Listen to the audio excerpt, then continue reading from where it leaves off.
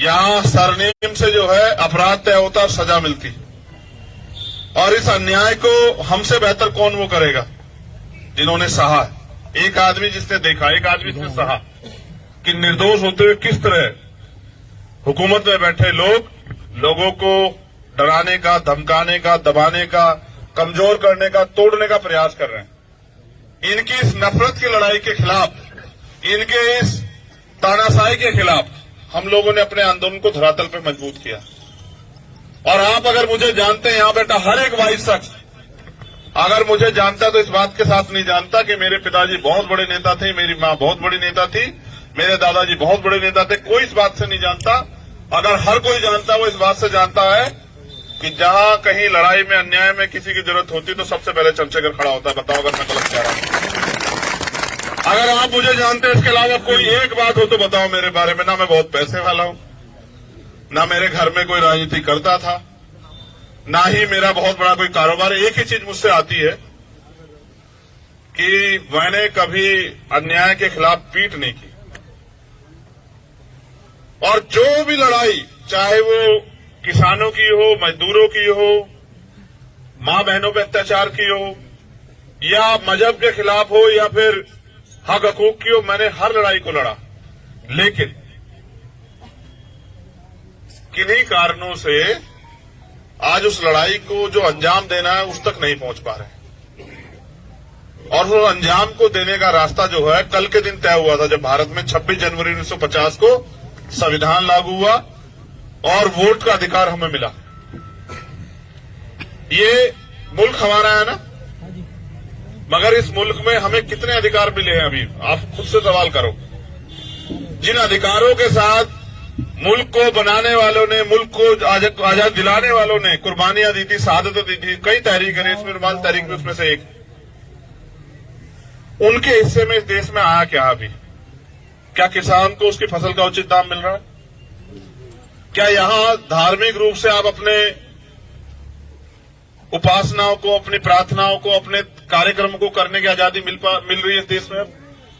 क्या इस देश में सरकारें भाईचारा बढ़ा रही हैं? क्या इस देश में नौजवानों को रोजगार मिल रहा है? क्या इस देश में महंगाई, जिसके सपने लेके सरकार के लोग आए थे बड़े बड़े वादे करके, क्या वो खत्म हो गई है? एक चीज तो मिली कि पहले अगर किसी के साथ कोई अन्याय होता था, कोई तकलीफ में होता तो दूसरा उसका हाथ पकड़ता था। अब अगर अन्याय होता है या कोई सड़क पे आप देखना किसी के साथ कोई हादसा हो जाए तो ये कहते हुए डर लगता है कहीं ऐसा ना हो इसी में कोई इल्जाम लग जाए हमारे ऊपर। आज ऐसे हालात हो गए। और जब रिजल्ट आता है, देखो जितने झूठ फैला लो आप, जैसे मरकज का मामला था, इन्होंने पूरा झूठ फैलाया, पूरा कोरोना घेर दिया कि साहब मरकज से कोरोना वो हो गया, और जी भर के गालियां दी, जी भर के अपमान किया। और फिर जब कोर्ट का आदेश आया तो पता लगा मरकज का कोई रोल ही नहीं। अब इसका जवाब कौन देगा भाई? उसकी वजह से जो नुकसान हुआ उसका जवाब कौन देगा? देखो ताकतवर लोगों को फिर भी कुछ ना हो समीर भाई, बिल्कुल सच कह रहा हूं, लेकिन कहीं भी अन्याय होता है, ये नफरत फैलती है तो उसका सामना गरीब आदमी को करना पड़ता है जिसके पास कुछ नहीं, जो सड़क पर निकलता है इस काम से कि अपने बच्चों का पेट भरेगा, और वो शिकार हो जाता है इनकी नफरत का। अभी आपको याद हो ना, एक मॉब लिंचिंग यहां हुई हापुड़ में। एक हापुड़ के शख्स थे जो आ रहे थे ट्रेन में, उनके साथ मॉब लिंचिंग हुई, मुरादाबाद वाली ट्रेन जो थी, और फिर उन्हीं के ऊपर मुकदमा लिख के सरकार ने कहा कि चलो जेल। ये है आज का कानून। ये कानून है किसकी वजह से, ये भी समझना पड़ेगा ना।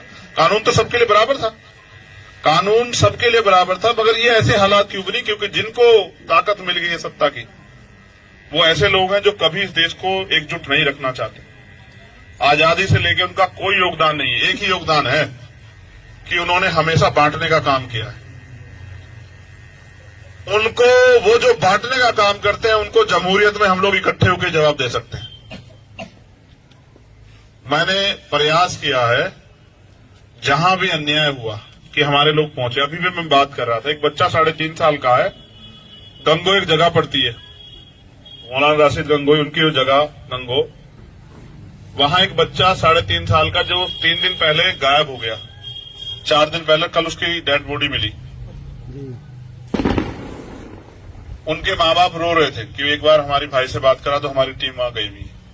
अब आपके घर में भी 3.5 साल के बच्चे होंगे। सोचो जब आप अगर किसी के घर में ऐसी तकलीफ होती है तो वो क्या करे, किसके पास जाए।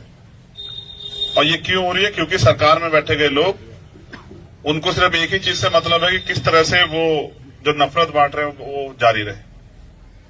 अगर इस मुल्क में अपने लोगों की रक्षा सुरक्षा करनी है और हक अधिकार बचा के रखने हैं, जो आजादी मिली है उसको जिंदा रखना है, तो फिर हमें लड़ना पड़ेगा। अगर हम ये सोचें कि घर बैठ के कुछ मिल जाएगा तो इतना आसान नहीं है। आप देखो जिनसे मुकाबला कर रहे हो 5 बजे शाखा लगाते हैं और रोज मीडिया के जरिए, अखबार के जरिए रोज जो है कोशिश करते हैं कि ये नफरत का माहौल बना रहे। ये तो हमारे लोग हैं इस देश में जो पिट रहे हैं, छित रहे हैं, अपमान सह रहे हैं, फिर भी चुप हो गए। कोशिश करते हैं किसी तरह से ये नफरत ना बढ़े। लेकिन अगर आप ये सोच रहे हैं कि आप इसमें शामिल नहीं होंगे, तो वो तो एजेंडा बना के बैठे हैं। उनको रोकने के लिए आपको अपने अंदर ताकत का निर्माण करना पड़ेगा। और ये लोकतंत्र है, जमहूरियत है, इसमें बिजनौर ने तो राष्ट्रीय स्तर के नेता दिए हैं।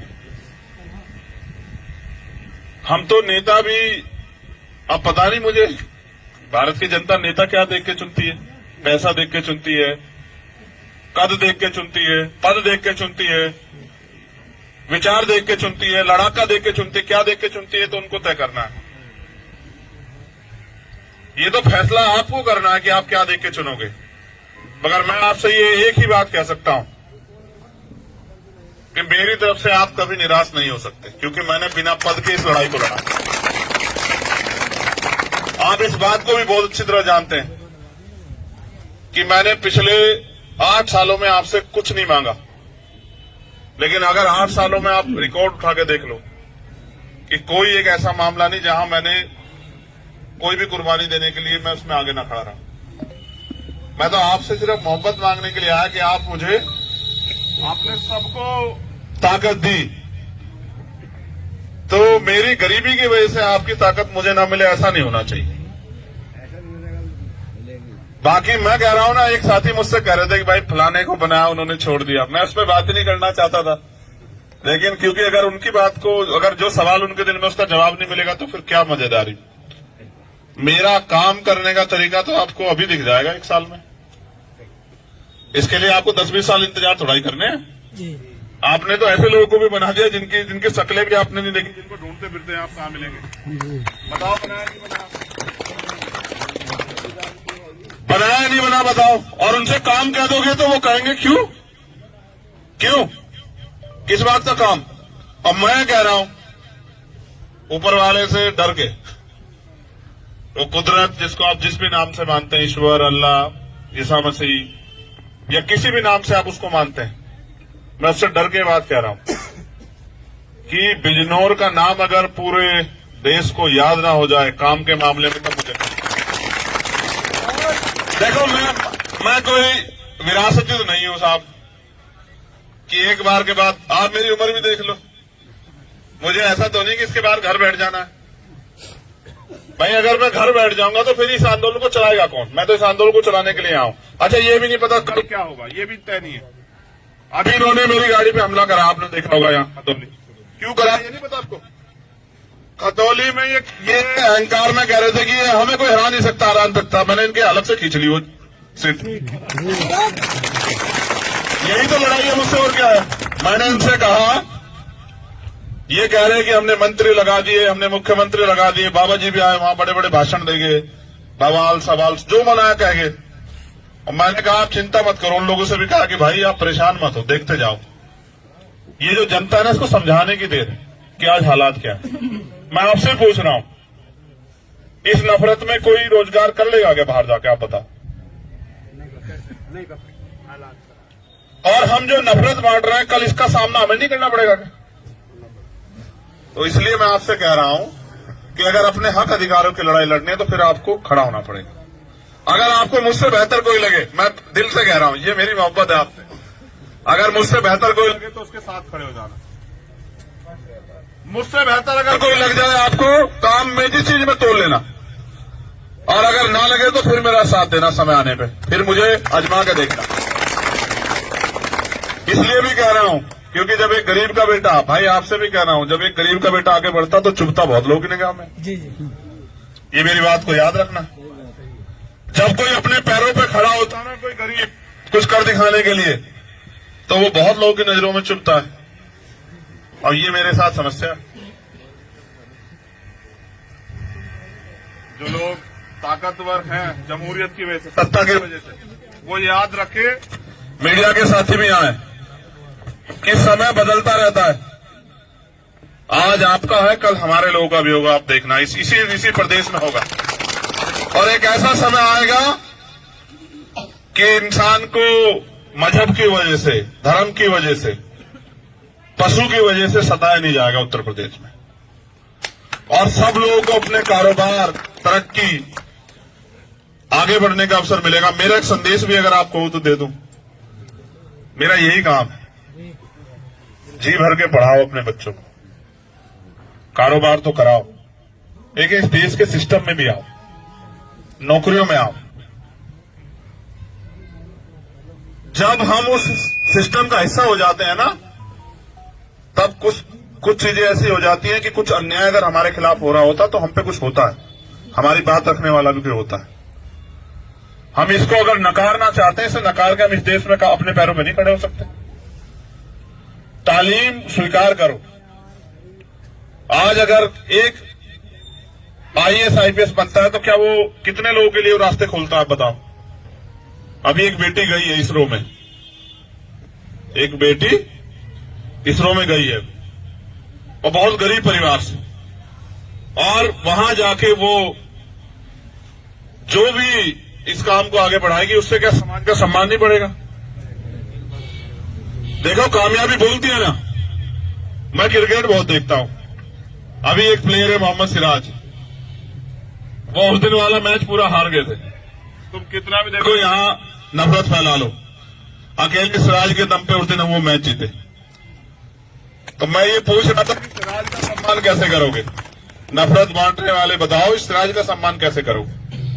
हमारे मुल्क की पहचान है हमारी ये विविधता, अनेक धर्म, अनेक खान पीन, अनेक तरह का व्यवहार। इसको तोड़ने का प्रयास कर रहे हैं लोग, इनको हमें एकजुट होकर रोकना। तो बस मैं आपसे अपील करूंगा कि अभी तो मैं इस लड़ाई को लड़ रहा हूं, अभी तो और 6 महीने 8 महीने काम देखते रहो, जो सरकार में बैठ के लोग नहीं करते, जो बहुत ताकतवर लोग नहीं करते, वो मैं बिना पद के और बिना सरकार के करने के लिए लड़ रहा हूं और करके दिखाऊंगा। और जब अगर ऐसा अवसर आ जाए तो फिर आपके ऊपर है। अगर मैं अकेला आके यहां लग जाऊंगा तो जो लड़ाई पूरे देश में लड़नी है, किसानों की, कमेरों की, मजदूरों की, नौजवानों की, बच्चियों की, वालिदाओं की, वो लड़ाई कमजोर पड़ जाएगी। अगर सब लोगों से जाके मिलूंगा तो चीजें यहां के खराब होंगी। बाकी आप बताओ, मुझे तो कोई इसमें भी दिक्कत नहीं है, लेकिन आप सोचो, जहां मेरी जरूरत है अगर वहां मैं नहीं हुआ तो जो लोग मुझसे उम्मीद रखते हैं उनको तकलीफ नहीं होगी। मैं इस लड़ाई को भले बिजनौर से शुरुआत करूंगा, लेकिन इस लड़ाई को मुझे दिल्ली लेके जाना है। बिजनौर में नहीं रोकनी है। इसलिए नहीं रोकनी है क्योंकि ये लड़ाई दिल्ली जाके ही समाप्त हो सकती है। मेहनत बहुत करूंगा, ईमानदारी के अलावा कुछ आता नहीं है, कुछ कमाया नहीं है, ना कमाने की इच्छा। एक ही चीज आती है कि आप मेरे जाने के बाद भी मुझे याद रखो, आज यहां के बाद भी और जब इस दुनिया से जाऊंगा तब भी। इतना ही कमाना है बस। देखो, अगर इंसान हो के, मैंने वहां कहा पिछली उसमें, अगर इंसान हो के और इंसान के दर्द पे आपको तकलीफ नहीं है तो फिर आप इंसान नहीं। और आज के जो हालात हैं, जो लोग इंसान की तकलीफ पे हंस रहे हैं, उनसे ज्यादा उम्मीदें नहीं बची। अब तो अपनी ताकत बनाइए और अपनी ताकत से अपने आने वाले रास्ते खोलिए, इसके बारे में सोचिए। मैं महाराष्ट्र से लौटा, कुछ किताबें लाया हूं वहां से, एक बड़े अच्छे अधिकारी उन्होंने दी, और उन किताबों का अध्ययन ये कहता है कि जब भी थोड़ा सा रंग मेहनत से चढ़ता है, थोड़ा सा रंग, तभी कुछ ना कुछ माहौल ऐसा देश में करके उस रंग को उतार दिया जाता। ये एक साजिश है, इसका हिस्सा नहीं बनना है। इसलिए बहुत बहुत शुक्रिया जिन लोगों साथियों ने प्रोग्राम कराया, जिन लोगों ने इतनी इज्जत बख्शी, उनका दिल से धन्यवाद। इस उम्मीद के साथ कि आप निगाह बना के रखेंगे मेरे ऊपर,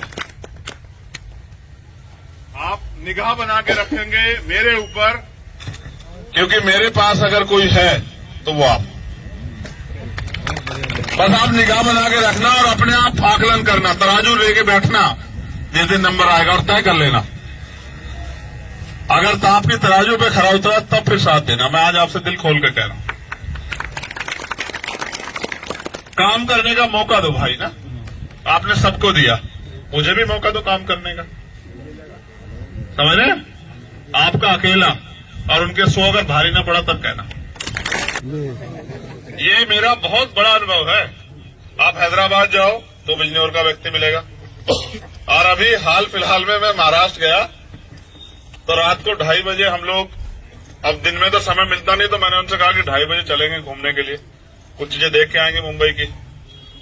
तो एक जगह जहां खाने के लिए रुके, आप पता करवा लेना, वो शायद चांदपुर के पास के हैं, बड़े मियाँ के नाम से उनकी दुकान है। वो गांव बंगला के हैं, मेरे गांव के हैं। हाँ ठीक है।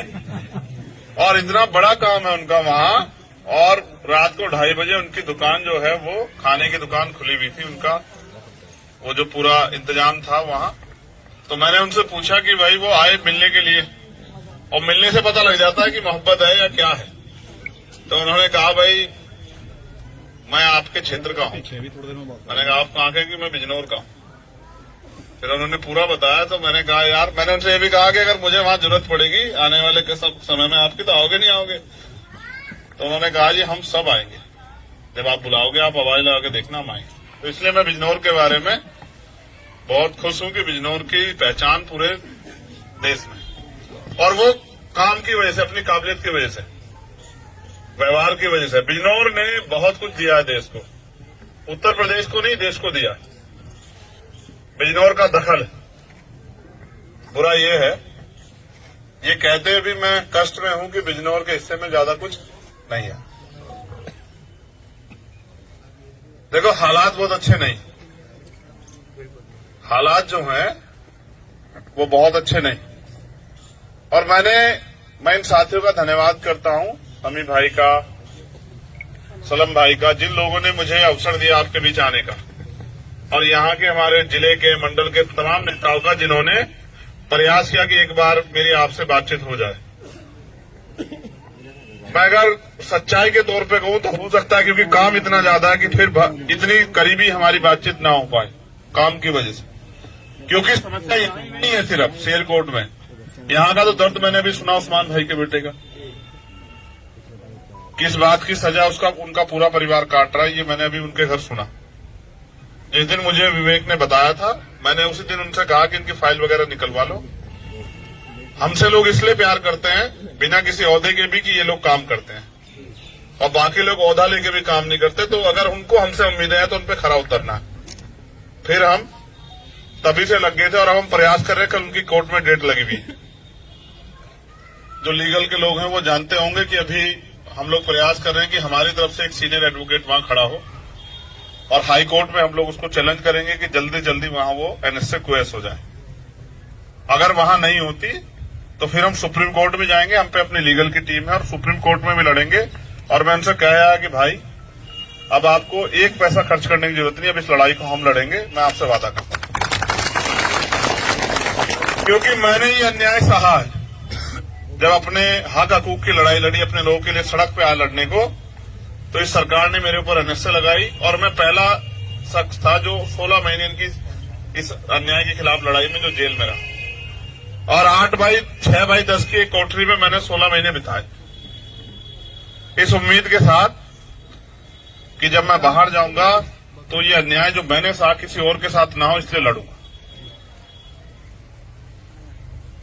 समय परिस्थिति के हिसाब से वो लड़ाई और बड़ी होती चली गई। आज देश में 22-23 स्टेट में हम लोग इस लड़ाई को लड़ते हैं, और मुझे आपको बताना नहीं चाहिए, आप जो लोग जागरूक हैं, ध्यान रखते हैं, उन्हें सबको इस बात का पता होगा कि मुल्क में कोई ऐसी लड़ाई नहीं अन्याय के खिलाफ जिसमें हम लोग शामिल नहीं होते। चाहे वो किसान आंदोलन हो, चाहे वो सीए एनपीआर एनआरसी का मामला हो, उसमें भी सबसे ज्यादा लड़ाई हमने लड़ी, जेल भी काटी, लाठियां भी खाई।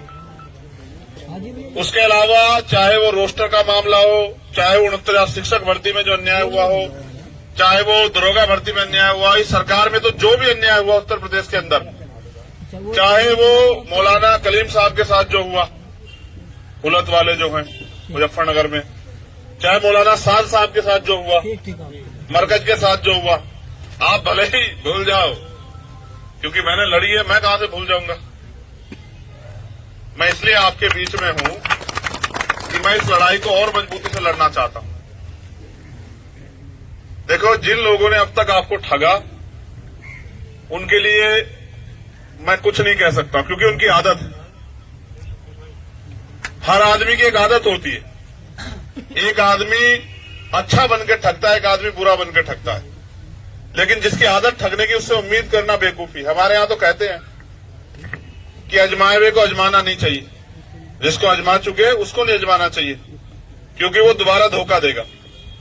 मेरा एक प्रयास ये है कि इस देश के वो तबके जो अन्याय का सामना कर रहे हैं, चाहे वो किसान हो, मजदूर हो, चाहे वो दलित हो, चाहे पिछड़े हो, और चाहे वो मुसलमान हो, जैन हो, सिख हो, बौद्ध हो, ईसाई हो, पारसी हो, जो अपने ही मुल्क में, एक तरफ कल हमने गणतंत्र दिवस मनाया 26 जनवरी, जिस दिन इस देश में संविधान लागू और हमें आजादी मिली, अवसर मिले, अवसर की समानता आई कि मुल्क के हर पद पे हम लोग जा सकते हैं। हर ऐसा कोई काम नहीं देश के जिस किसी भी कोने में जाके हम जो लोग नहीं कर सकते। लेकिन आज इस देश में जो सत्ताधारी लोग हैं, उन्होंने ऐसा माहौल बना दिया है। उत्तर प्रदेश में तो इस डबल इंजन की सरकार ने कि यहां जाति धर्म देख के कार्रवाई होती है, यहां सरनेम से जो है अपराध तय होता और सजा मिलती। और इस अन्याय को हमसे बेहतर कौन वो करेगा जिन्होंने सहा। एक आदमी जिसने देखा, एक आदमी जिसने सहा कि निर्दोष होते हुए किस तरह हुकूमत में बैठे लोग लोगों को डराने का, धमकाने का, दबाने का, कमजोर करने का, तोड़ने का प्रयास कर रहे हैं। इनकी इस नफरत की लड़ाई के खिलाफ, इनके इस तानाशाही के खिलाफ हम लोगों ने अपने आंदोलन को धरातल पर मजबूत किया। और आप अगर मुझे जानते हैं, यहां बैठा हर एक वाइस शख्स अगर मुझे जानता तो इस बात के साथ नहीं जानता कि मेरे पिताजी बहुत बड़े नेता थे, मेरी मां बहुत बड़ी नेता थी, मेरे दादाजी बहुत बड़े नेता थे। कोई इस बात से नहीं जानता। अगर हर कोई जानता, वो इस बात से जानता है कि जहां कहीं लड़ाई में, अन्याय में किसी की जरूरत होती तो सबसे पहले चंद्रशेखर खड़ा होता है। बताओ अगर मैं गलत कह रहा हूं। अगर आप मुझे जानते, इसके अलावा कोई एक बात हो तो बताओ मेरे बारे में। ना मैं बहुत पैसे वाला हूं, ना मेरे घर में कोई राजनीति करता था, ना ही मेरा बहुत बड़ा कोई कारोबार। एक ही चीज मुझसे आती है कि मैंने कभी अन्याय के खिलाफ पीठ नहीं की।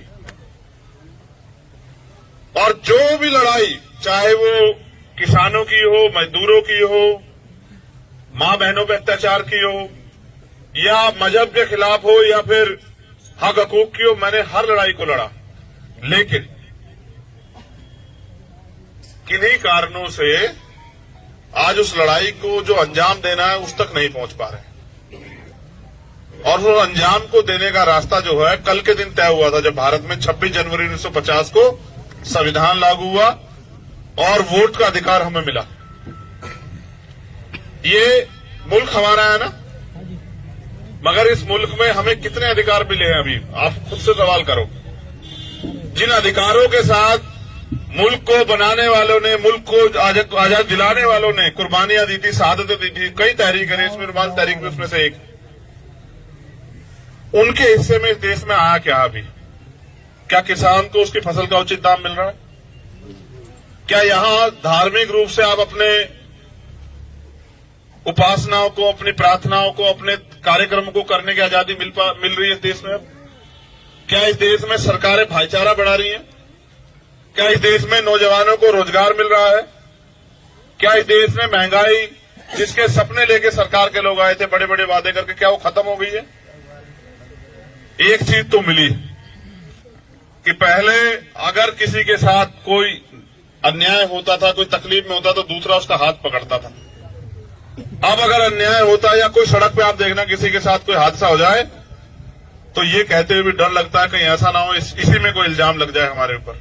आज ऐसे हालात हो गए। और जब रिजल्ट आता है, देखो जितने झूठ फैला लो आप, जैसे मरकज का मामला था, इन्होंने पूरा झूठ फैला, पूरा कोरोना गिर दिया कि साहब मरकज से कोरोना वो हो गया। और जी भर के गालियां दी, जी भर के अपमान किया। और फिर जब कोर्ट का आदेश आया तो पता लगा मरकज का कोई रोल ही नहीं। अब इसका जवाब कौन देगा भाई? उसकी वजह से जो नुकसान हुआ उसका जवाब कौन देगा? देखो, ताकतवर लोगों को फिर भी कुछ ना हो समीर भाई, बिल्कुल सच कह रहा हूं, लेकिन कहीं भी ये अन्याय होता है, ये नफरत फैलती है तो उसका सामना गरीब आदमी को करना पड़ता है, जिसके पास कुछ नहीं, जो सड़क पर निकलता है इस काम से कि अपने बच्चों का पेट भरेगा, और वो शिकार हो जाता है इनकी नफरत का। अभी आपको याद हो ना, एक मॉब लिंचिंग यहां हुई हापुड़ में। एक हापुड़ के शख्स थे जो आ रहे थे ट्रेन में, उनके साथ मॉब लिंचिंग हुई, मुरादाबाद वाली ट्रेन जो थी, और फिर उन्हीं के ऊपर मुकदमा लिख के सरकार ने कहा कि चलो जेल। ये है आज का कानून। ये कानून है किसकी वजह से, ये भी समझना पड़ेगा ना। कानून तो सबके लिए बराबर था, कानून सबके लिए बराबर था, मगर ये ऐसे हालात क्यों बनी? क्योंकि जिनको ताकत मिल गई है सत्ता की, वो ऐसे लोग हैं जो कभी इस देश को एकजुट नहीं रखना चाहते। आजादी से लेकर उनका कोई योगदान नहीं, एक ही योगदान है कि उन्होंने हमेशा बांटने का काम किया है। उनको, वो जो बांटने का काम करते हैं, उनको जमहूरियत में हम लोग इकट्ठे होकर जवाब दे सकते हैं। मैंने प्रयास किया है जहां भी अन्याय हुआ कि हमारे लोग पहुंचे। अभी भी मैं बात कर रहा था, एक बच्चा 3.5 साल का है, गंगो एक जगह पड़ती है, मौलाना राशिद गंगोई उनकी वो जगह गंगो, वहां एक बच्चा 3.5 साल का जो 3 दिन पहले गायब हो गया, 4 दिन पहले, कल उसकी डेड बॉडी मिली। उनके माँ बाप रो रहे थे कि एक बार हमारी भाई से बात करा तो हमारी टीम वहां गई भी।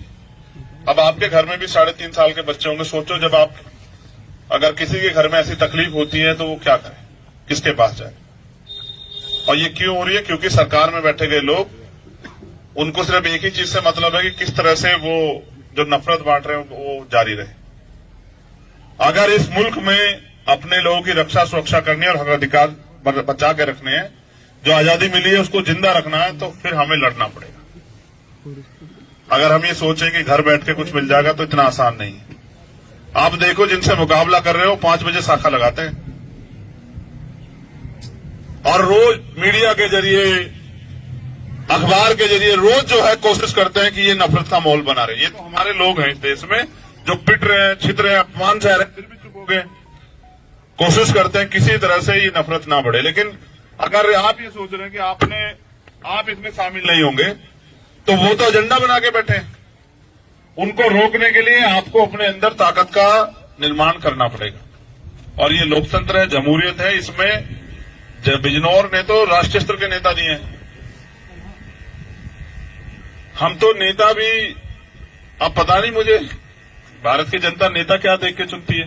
पैसा देख के चुनती है, कद देख के चुनती है, पद देख के चुनती है, विचार देख के चुनती है, लड़ाका देख के चुनती है, क्या देख के चुनती है? तो उनको तय करना है। ये तो फैसला आपको करना है कि आप क्या देख के चुनोगे। मगर मैं आपसे ये एक ही बात कह सकता हूं कि मेरी तरफ से आप कभी निराश नहीं हो सकते, क्योंकि मैंने बिना पद के इस लड़ाई को लड़ा।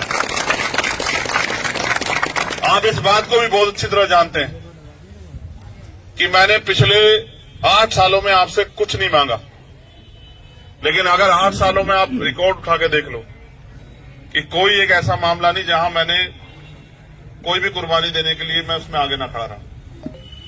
मैं तो आपसे सिर्फ मोहब्बत मांगने के लिए आया कि आप मुझे, आपने सबको ताकत दी, तो मेरी गरीबी की वजह से आपकी ताकत मुझे ना मिले, ऐसा नहीं होना चाहिए। बाकी मैं कह रहा हूं ना, एक साथी मुझसे कह रहे थे कि भाई फलाने को बनाया उन्होंने छोड़ दिया। मैं उस पर बात ही नहीं करना चाहता था, लेकिन क्योंकि अगर उनकी बात को, अगर जो सवाल उनके दिल में उसका जवाब नहीं मिलेगा तो फिर क्या मजेदारी। मेरा काम करने का तरीका तो आपको अभी दिख जाएगा 1 साल में। इसके लिए आपको 10-20 साल इंतजार थोड़ा ही करने हैं। आपने तो ऐसे लोगों को भी बना दिया जिनकी शक्लें भी आपने नहीं देखी, जिनको ढूंढते फिरते हैं आप कहां मिलेंगे। बताओ, बनाया नहीं बना? बनाया नहीं बना, बताओ। और उनसे काम कह दोगे तो वो कहेंगे क्यों क्यों, किस बात का काम? अब मैं कह रहा हूं, ऊपर वाले से डर के, वो कुदरत जिसको आप जिस भी नाम से मानते हैं, ईश्वर, अल्लाह, ईसा मसीह, या किसी भी नाम से आप उसको मानते हैं, मैं उससे डर के बात कह रहा हूं कि बिजनौर का नाम अगर पूरे देश को याद ना हो जाए काम के मामले में, तो मुझे देखो मैं कोई विरासती तो नहीं हूं साहब कि एक बार के बाद, आप मेरी उम्र भी देख लो, मुझे ऐसा तो नहीं कि इसके बाद घर बैठ जाना है भाई। अगर मैं घर बैठ जाऊंगा तो फिर इस आंदोलन को चलाएगा कौन? मैं तो इस आंदोलन को चलाने के लिए आऊं। अच्छा, ये भी नहीं पता कल क्या होगा, ये भी तय नहीं है। अभी इन्होंने मेरी गाड़ी पे हमला करा, आपने देखा होगा यहाँ खतौली। क्यों करा ये नहीं पता आपको? खतौली में ये अहंकार में कह रहे थे कि ये हमें कोई हरा नहीं सकता, हरा नहीं सकता। मैंने इनके अलग से खींच ली वो सीट। यही तो लड़ाई है मुझसे, और क्या है? मैंने इनसे कहा, ये कह रहे हैं कि हमने मंत्री लगा दिए, हमने मुख्यमंत्री लगा दिए, बाबा जी भी आए वहां, बड़े बड़े भाषण देंगे, बवाल सवाल जो मनाया कहेंगे। और मैंने कहा आप चिंता मत करो। उन लोगों से भी कहा कि भाई आप परेशान मत हो, देखते जाओ। ये जो जनता है ना, इसको समझाने की देर है कि आज हालात क्या है। मैं आपसे पूछ रहा हूं, इस नफरत में कोई रोजगार कर लेगा क्या बाहर जाके? आप बताओ। और हम जो नफरत बांट रहे हैं, कल इसका सामना हमें नहीं करना पड़ेगा क्या? तो इसलिए मैं आपसे कह रहा हूं कि अगर अपने हक अधिकारों की लड़ाई लड़नी है तो फिर आपको खड़ा होना पड़ेगा। अगर आपको मुझसे बेहतर कोई लगे, मैं दिल से कह रहा हूं, ये मेरी मोहब्बत है आपसे, अगर मुझसे बेहतर कोई लगे तो उसके साथ खड़े हो जाना। मुझसे बेहतर अगर कोई लग जाए आपको काम में, जिस चीज में तोड़ लेना, और अगर ना लगे तो फिर मेरा साथ देना समय आने पे, फिर मुझे आजमा के देखना। इसलिए भी कह रहा हूं क्योंकि जब एक गरीब का बेटा, भाई आपसे भी कह रहा हूं, जब एक गरीब का बेटा आगे बढ़ता तो चुभता बहुत लोगों की निगाह में। जी। ये मेरी बात को याद रखना। जब कोई अपने पैरों पे खड़ा होता ना, कोई गरीब कुछ कर दिखाने के लिए, तो वो बहुत लोगों की नजरों में चुभता है। और ये मेरे साथ समस्या है। जो लोग ताकतवर हैं जमहूरियत की वजह से, सत्ता की वजह से, वो याद रखे, मीडिया के साथी भी आए कि समय बदलता रहता है। आज आपका है, कल हमारे लोगों का भी होगा। आप देखना, इसी प्रदेश में होगा। और एक ऐसा समय आएगा कि इंसान को मजहब की वजह से, धर्म की वजह से, पशु की वजह से सताया नहीं जाएगा उत्तर प्रदेश में। और सब लोगों को अपने कारोबार, तरक्की, आगे बढ़ने का अवसर मिलेगा। मेरा एक संदेश भी अगर आपको हो तो दे दूं। मेरा यही काम है, जी भर के पढ़ाओ अपने बच्चों को, कारोबार तो कराओ, एक इस देश के सिस्टम में भी आओ, नौकरियों में आओ। जब हम उस सिस्टम का हिस्सा हो जाते हैं ना, तब कुछ चीजें ऐसी हो जाती हैं कि कुछ अन्याय अगर हमारे खिलाफ हो रहा होता तो हम पे कुछ होता है, हमारी बात रखने वाला भी कोई होता है। हम इसको अगर नकारना चाहते हैं, इसे नकार के हम इस देश में अपने पैरों में नहीं खड़े हो सकते। तालीम स्वीकार करो। आज अगर एक आईएएस आईपीएस बनता है तो क्या वो कितने लोगों के लिए वो रास्ते खोलता है, आप बताओ। अभी एक बेटी गई है इसरो में, एक बेटी इसरो में गई है, और बहुत गरीब परिवार से, और वहां जाके वो जो भी इस काम को आगे बढ़ाएगी, उससे क्या समाज का सम्मान नहीं बढ़ेगा? देखो, कामयाबी बोलती है ना। मैं क्रिकेट बहुत देखता हूं। अभी एक प्लेयर है मोहम्मद सिराज, वो उस दिन वाला मैच पूरा हार गए थे। तुम कितना भी देखो यहां नफरत फैला लो, अकेले सिराज के दम पे उस दिन वो मैच जीते। तो मैं ये पूछ रहा था कि सिराज का सम्मान कैसे करोगे? नफरत बांटने वाले बताओ, इस सिराज का सम्मान कैसे करोगे? हमारे मुल्क की पहचान है हमारी ये विविधता, अनेक धर्म, अनेक खान पीन, अनेक तरह का व्यवहार। इसको तोड़ने का प्रयास कर रहे हैं लोग, इनको हमें एकजुट होकर रोकना। तो बस मैं आपसे अपील करूंगा कि अभी तो मैं इस लड़ाई को लड़ रहा हूं, अभी तो और 6 महीने 8 महीने काम देखते रहो, जो सरकार में बैठ के लोग नहीं करते, जो बहुत ताकतवर लोग नहीं करते, वो मैं बिना पद के और बिना सरकार के करने के लिए लड़ रहा हूं और करके दिखाऊंगा। और जब अगर ऐसा अवसर आ जाए तो फिर आपके ऊपर है। अगर मैं अकेला आके यहां लग जाऊंगा तो जो लड़ाई पूरे देश में लड़नी है, किसानों की, कमेरों की, मजदूरों की, नौजवानों की, बच्चियों की, वालिदाओं की, वो लड़ाई कमजोर पड़ जाएगी। अगर सब लोगों से जाके मिलूंगा तो चीजें यहां के खराब होंगी। बाकी आप बताओ मुझे तो कोई इसमें भी दिक्कत नहीं है, लेकिन आप सोचो, जहां मेरी जरूरत है अगर वहां मैं नहीं हुआ तो जो लोग मुझसे उम्मीद रखते हैं उनको तकलीफ नहीं होगी। मैं इस लड़ाई को भले ही बिजनौर से शुरुआत करूंगा, लेकिन इस लड़ाई को मुझे दिल्ली लेके जाना है। बिजनौर में नहीं रोकनी है। इसलिए नहीं रोकनी है क्योंकि ये लड़ाई दिल्ली जाके ही समाप्त हो सकती है। मेहनत बहुत करूंगा, ईमानदारी के अलावा कुछ आता नहीं है, कुछ कमाया नहीं है, ना कमाने की इच्छा। एक ही चीज आती है कि आप मेरे जाने के बाद भी मुझे याद रखो, आज यहां के बाद भी और जब इस दुनिया से जाऊंगा तब भी। इतना ही कमाना है बस। देखो, अगर इंसान हो के, मैंने वहां कहा पिछली उसमें, अगर इंसान हो के और इंसान के दर्द पे आपको तकलीफ नहीं है तो फिर आप इंसान नहीं। और आज के जो हालात हैं, जो लोग इंसान की तकलीफ पे हंस रहे हैं, उनसे ज्यादा उम्मीदें नहीं बची। अब तो अपनी ताकत बनाइए और अपनी ताकत से अपने आने वाले रास्ते खोलिए, इसके बारे में सोचिए।